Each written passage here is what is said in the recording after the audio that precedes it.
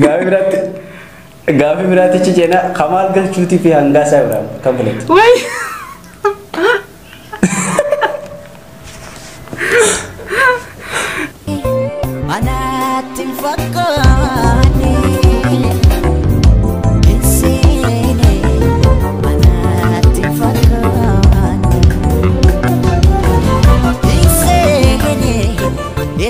Jirra jirtu khawjumtuuta fordoftoota keenya kan isin daawwachaa jirtan waa'ee inni orootu bida sanifu channel kana namni haaretaatiin subscribe godhaa akka aadaa keenya sadaqa keenya dhiisnu jaa arrantana qophii nuti qabannee dhufne qophii keenya lama keessaa takka filadhu kutaa hora tokkoffaadha yookaan kana kutaa hora takka arrantana keessummaa jabdu takka qabannee dhufne keessummaan kun nama kabajamtuu fi jaallatamtuu qabsoo Oromoo keessattillee Livi fi kana waa'ee Oromoo dubbachurratti qooda guddaa kan taphachaa jirtu akkasumas maqaa isinii fi nima garuu xiqqoo dhaabbadhaati tasgabbaati viidiyoo kana namni si jaalatan like godha viidiyoo kana irratti like kuma godhan barbaanna sanifu kabajamtootaa fi hordoftoota keenya keessummaan keenya kan qophii keenya irratti afeerree arrantana Zaaraa Shanyii Oromooti isin garuu maqaa dhaloota isii nuuf himti arrantana keessummaan keenya akkasumatti YouTube qabdisi YouTube nisi Zaaraa Entertainment jaa dheetanis channel isinlee subscribe godhuun dagatina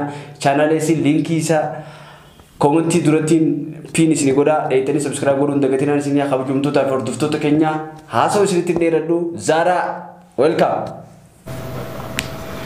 Haye baganagan ede yasi duran durse asirratti naferu keetiif hedduu galatoomii daawwattoota yaana Oro akkam jirtu fayyaa keessanii ummata keenya jaallatamaaf kabajamaa ummata Oromoodha osoo haasawaa keenyatti waan asitti hafeeramee fi hin ceene akkuma beektan YouTube yaasiin guddaa ture akkana nama 70 ol qaba 100 seenuuf xiqqootu hafe jennee gammachuu eegaa turre waan jalaa ta'e hundumtu keessanuu dhageessanii jirtanii maarree uummanni Oromoo nama gargaaraa hamilee namaaf ta'a isintu hamilee namatti horaa Amas YouTube isaa kana akka hundumtu keessanuu kan duraati olitti hamilee itti gootanii yeroo gabaabaa keessatti kuma dhibba galuu fi waamicha isin goonee jirra jabeessaanii Oromoon wal malee waan biraa hin qabdu YouTube san dhugaa rabbiyaanuu kuma dhibba galeef jedhee hedduu gammadaa fi ture ammas maarree durallee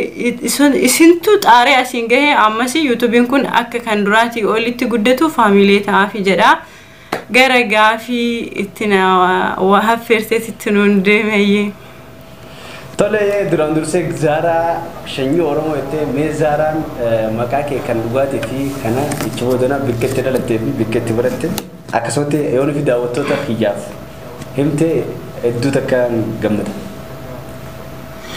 Okay, maqaan kee Zaaraan maqaa uumamaati kan guyyaa keessa illee jijjiiramee miti kama haadhaaf abbaan kiyyaa naaf moggaasan maqaa namtolchee yookiin maqaa guyyaa keessa argadhee miti maqaan Zaaraa jedhanii bakka entertainment san yookiin sanyii Oromoon uummata ittiin boonanii mitiire bakka sanyii Oromoo jedhamu sanii sanyii fi Oromoo kan jedhu qofa ittiin dabaladhe malee ara abbaa kee jechuu fakkeenya sirraan samoo gaafachuu dandeessaa Zaaraa Muhammad jedhama Zaaraa maqaa originali bakka Oromoo sanillee ani faazariirra dabarsee uummata sababa guddaatti dhaladhe kana ittiin boonuuf itti dabaladhe gaafachuu dandeessa.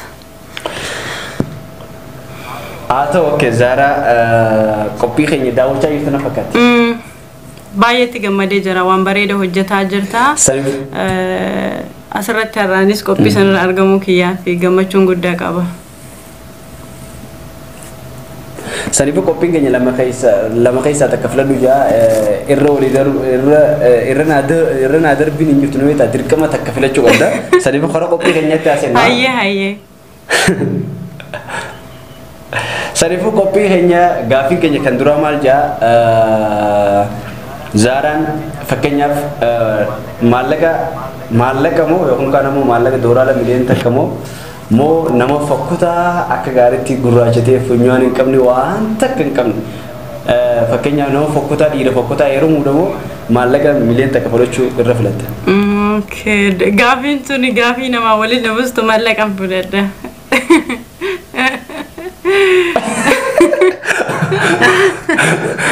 Mallakan filadda.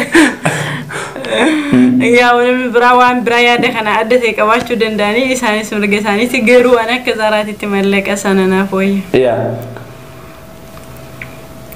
Dhiira fakkotaa si jaalaturra maallaqa fudhataa jira. Nama akka jettetti nama funyaan hin qabne eessa laalaree yoo funyaanis hin qabne akkaan fokkataati jetti kana hin sodaadhaayyuu cubbuu isaa fudhachuu irra mallaqa san fudhachuu wayya. Namni kan laalamu fiizikaalaa miti ta'eeti akka jettetti akkaan fokkataa funyaan illee hin qabne hoomata akka jechuudha bir funyaan irra hin jiru jechuun homaa mallaqa naaf wayya. Okay. Gaaffii keenya itti aanutti dabala. Gaaffii keenya kan itti aanu uffata adiidha moo diimaa filatta? Uffata diimaan filadha. Diimaa jaalladha. Yaa diimaan jaalladha. Yeroo baay'ee ijoolleen tokko tokko xiyyeeffatanii koomentii jalatti argaa. Huccuun kee huccuu uffatu keessaa diimaa ammaa baay'ataa jedhan sababuma saniif diimaa fi magariisa jaalladha. Magariisa harkaa deebise. Indoom qaamatti uffadhee itti haasa'aa jirru kun magariisa ragaa asuma jira. Okay. Gaaffii biraatti dabala. Bashannana yookiin kan ammoo gizee imaltuu bashannana turistii isa jennuun kana deemtu markabaan deemuu demoo konkolaataa deemuu filata? Beeku garuu mee ani kan filadhu konkolaataa haa ta'u markaba waan sodaadhuufi. Waan bishaan keessa jedhamu hunda waan sodaadhuufi. Okay, konkolaataa filataa jiru? Konkolaataa filadha. Gaafitti aanutti dabarra bishaan oowwaa akka gaariitti oowwaa fi bishaan qabbanaawaa dhuguu yoo siinjaa yookiin kaan ammoo yoo dhugu siinjaan kam filattame bishaan oowwaa akka gaariitti oowwuu fi akkasumatti bishaan qabbanaawaa akka gaariitti taljiite kan barafate. Okay, gaafin tante hedduu jajjabaatti aarra kana sitti na hafeertee fi dhukkeen arraa kaasuu fi akkanatti qorraan filadha waan oowwaa. Korang filadha. Bishaan korraa. Bishaan korraa filataa jiru. Iya. Okay, gaafitti aanutti ta'u. Fakkeenyaaf warra YouTubeera dalagu keessaa. Aslii fi Riidii kam filata? Wayyoo.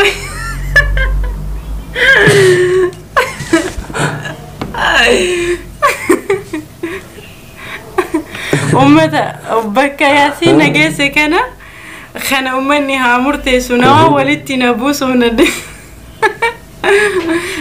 tokko filadhuun dirqama waan ta'eef nama walitti na buusa ani gaafii akkanaa tana keessa hin jiru maaltu nagee isaan lachuu naaf tokko gaafii tana gaafii tana naa jijjiire. Jiru ni jirti dirqama filachuu qabda. Gaaffii lallaaftuu si gaafadhee ganaa jajjabtuu sitti deemu jirti. Wayyoo anumti maal ani gaafii tana ummanni naaf haa deebisu ana natti ulfaate reedi jechuuf reediin natti dalle asli jechuuf mana hidhaatitti qilleenxoo nageessite jechuudha. Jira kun qabu ichite isheeti ni baata si baafna. Bakka wayyoo ani maal godhaa.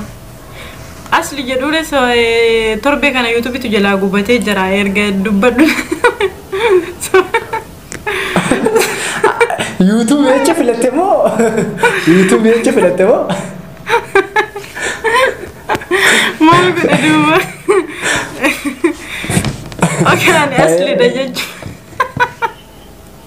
Reading akka nageenya garu sababa YouTube jala gubatee asli garu wallaan tarani dirqama waan ta'eefi hanga YouTube ni saa hanga Reddit itti deebi'u fasli godhe dirqama waan tokko filadhu taateefi. Okay, ati YouTube maaf Reddit filatte malee naa jechuun wanta asli filatte malee asli filatte nageenya waan kana bakka isaan lamaanuu tokko dirqama tokko filadhu waan dirqamni narra kaawwamee fi ta'u okay asli filatte mee asli saba hanga YouTube asli haa jennu asli marratti kutte. Okay, gaafii biraatti deemu. Hawwi Shanyii Jawaarii fi Fatiyaa. Wayyo. Mana dah Hawwin filadhe bakka. Hai, deftee tu. Hai Fatiyaa. Carraa kee tajaajila. Mana dah nagesi ramburu na kasasani.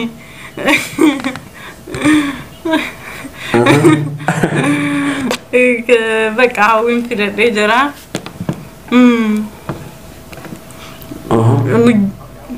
Okay, Hawwi si filattee jirti Zara. Okay, gaafii itti aanutti dabar. Nyaata keessa paastaa fi ruuza kam filattu?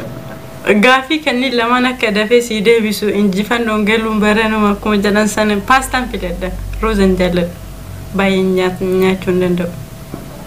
Paastaa filataa jechuudha. Okay, artistootatti ichi deebina. Galaanaa Gaaromsaatii fi Jaafar Yusuf. Ani akka maal naaf wayyaa.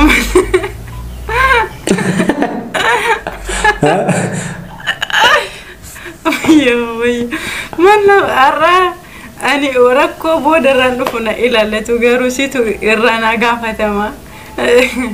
Isaan lachuun of walqixa garuu qophiin kuni tokko filadhu waan taateef. Entertainment namichi walumaa bashannansiisu malee. Tokko filadhu waan taateef bakka ani Galaana waliin illee waliin beeku kan beeku Jaafar waan ta'eef Jaafaruma filadheera nama hin beekne irra qabee kan filatanii miti Galaana akkanuma achi ilaalee artist Oromoo ta'uu beeka. Jaafar beeku Jaafar hin filadhee bakka dirqama waan ta'eef. Okay. Gaafii biraatti ichi deebina. Nama jaalattu wajjin guyyaa tokko qabbana keessa buluudha moo kophaa kee mana keessa buluu filatta? Oh my god. Qabbana taljii yookaan kaan ammoo taljiin akkanatti isin buutu laal. Laamichu talji jechuun si galaa baradoo. Hin beeka sirriitti. Okay, maal godha sanarra bakka akkuma ta'an nama wajjin naaf wayyaa. Nama jaalattu sana hojii jala buluu irra si jira jechuudha. Tole. Gaafii biraatti ichi deebina. TV keessaa OMN fi OBS kam filatte? OMN filadha. Gaafii biraatti ichi deebina.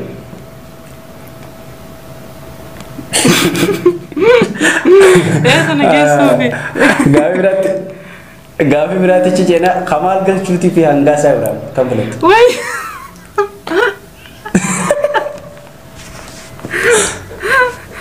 والله ياسين أتوان تجبدو كبت ديم تبر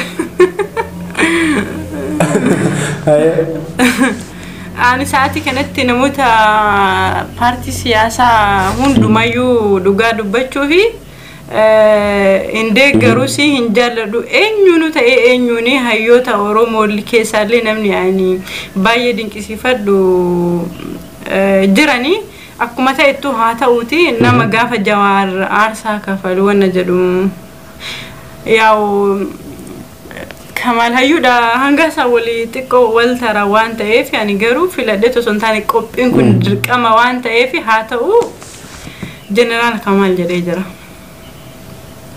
Kamaal filataa jechuudha xiqqoo leedaata. Xiqqooma. Kana san partii siyaasaa jaalladhee osoo hin taane xiqqooma.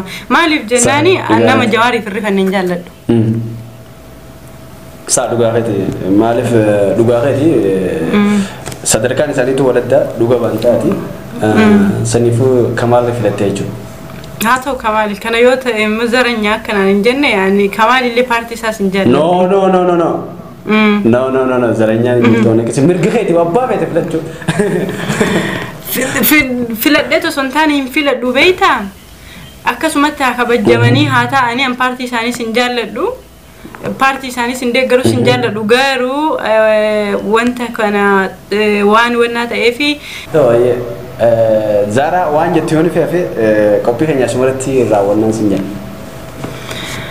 Okay, wanti an jedhu yoo jiraate asirratti naaf yeroo keetiif hedduu galatoomii. warri qophii kana teessanii nu dhageeffataa turtanis hundi keessanuu waan nu dhageeffattaniif galatooma. Bakka YouTube kan keessa duraatitti si deebisan. Isaan warra deddeebi'eessiif gaafadhaa qophiin ati hojjetaa jirtu kana dhugaa rabbii hedduu itti gammadee jira. Oromoo keessaa namni nama bashannansiisu baay'ee waan hin qabneefi warra biraa namoota biraa nama ollaa keenya yoo laalle waan hedduu hojjechuutti jiran. Kanaafuu nama keessan jajjabaa nama isin kofalchiisu nama waan akkanaa isinii hojjetu gatii isaa beekuu qabdanii hamilee itti godhuu qabdanii jabeessutu sinarra jira jabeessaa jedha. Wanti xumurarra na gaafattoo jiraate na gaafadhu yookaan asirra goolamna.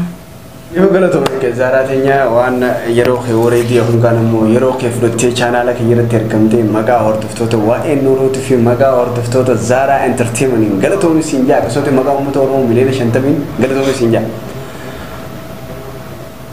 Yeetis galatoomne. Saniboo kabajamtootaa fi hordoftoota keenya kan isin daawwachaa jirtan hanga ammaatti qophii keenya kan lama keessaa takka filadhuu shoodha. Saniboo nama fidduu qabnu koomentii jala nu barreessaa. Saniboo kabajamtootaa fi hordoftoota keenya dhiyootanallee koomentii jala jirtanii isin ati maali shanyummaa oftaa gandummaa oftaa nama harargee malee nama fiddee narkine jettanii. Sababni an namaaf nin barreessa keessaan yoon fi qophii kanarratti hirmaatan nama yoo afeereetiin jira warra beekamaa warra akka artistootaati kana nama dura naa fideen nama dura naa dhufeen qabadhee dhufee saniifuu har'aan tana qophii keenya kan wajjin dabarsine wajjin koflinee bashannannee Zara Entertainment akkasumatti dheeytanii chaanaala isii subscribe godhuun dadhabina hunkaan ammoo hin dagatinaa isin jaa kabajamtootaa fi hordoftoota keenya nama nuti fiduu qabnu koomentii jala nu barreessaa akkasumatti gama keessaatiin illee Instagram kiyyaan na qunnamtanii naaf